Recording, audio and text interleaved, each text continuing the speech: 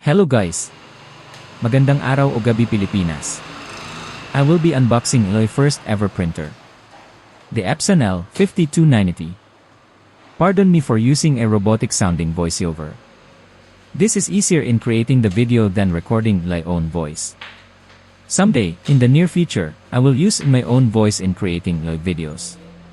Anyways, I bought this printer at Office Warehouse in SM Dasmariñas. I think ang presyo nito was 13,395. Bakit parang hindi ako sigurado? Well, this video was recorded when I bought this in August 2023 at ngayon ko lang na-edit. Mas mahal na ito ng konti ngayon. Now, the price ranges from 13,900 to 16,000 pesos. It comes with free for 100 ml dye inks. But I won't be using these free inks. I will use koi pigment inks.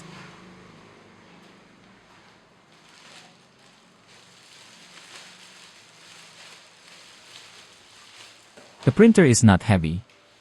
You don't have to worry when transporting this printer by yourself. Nag-jeepney lang ako nung binili ko to. Comes with a free cord to connect your computer to the printer. I think this is the networking wire. Nakalimutan ko na kung ano to.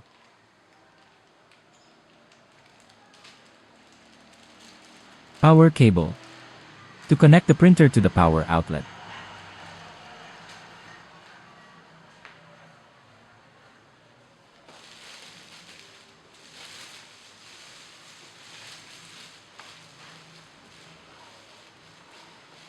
Remove all the blue tapes. The purpose of these blue tapes is to hold all the moving parts to prevent them from breaking or falling, especially during transporting of the printer.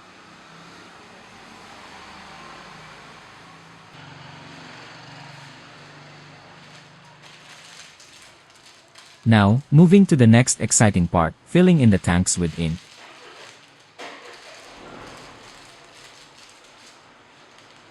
Binili ko tong koi pigment ink sa Uniprint.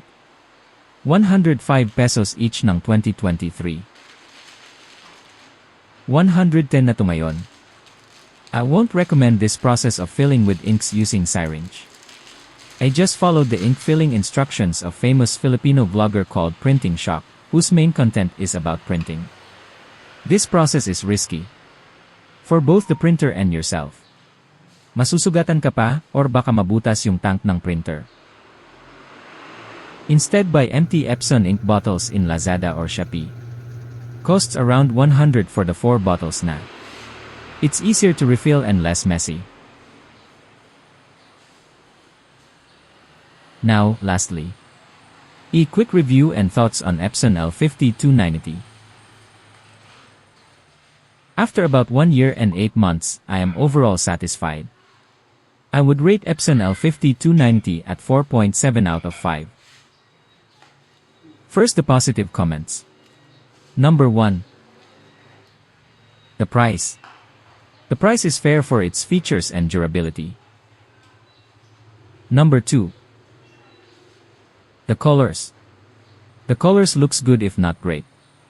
Especially on glossy papers. Matingkad kahit pigment ink ang gamit. Printing speed. When printing and Xerox black text documents, it is fast. Very satisfied in this aspect. Next, may not so nice comments about Epson L-5290.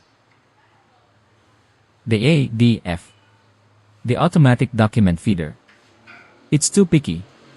Ayaw tanggapin mga kulubot na papel. At minsan, kahit maganda na papel, nagbabara ito. Okay naman ang speed ng printing ng colored compared to lower-priced printers like L-3210, L-3256 and etc. Pero mabagal to compared sa Epson Workforce printer. That's all for now. Don't forget to subscribe. See you guys in the next video.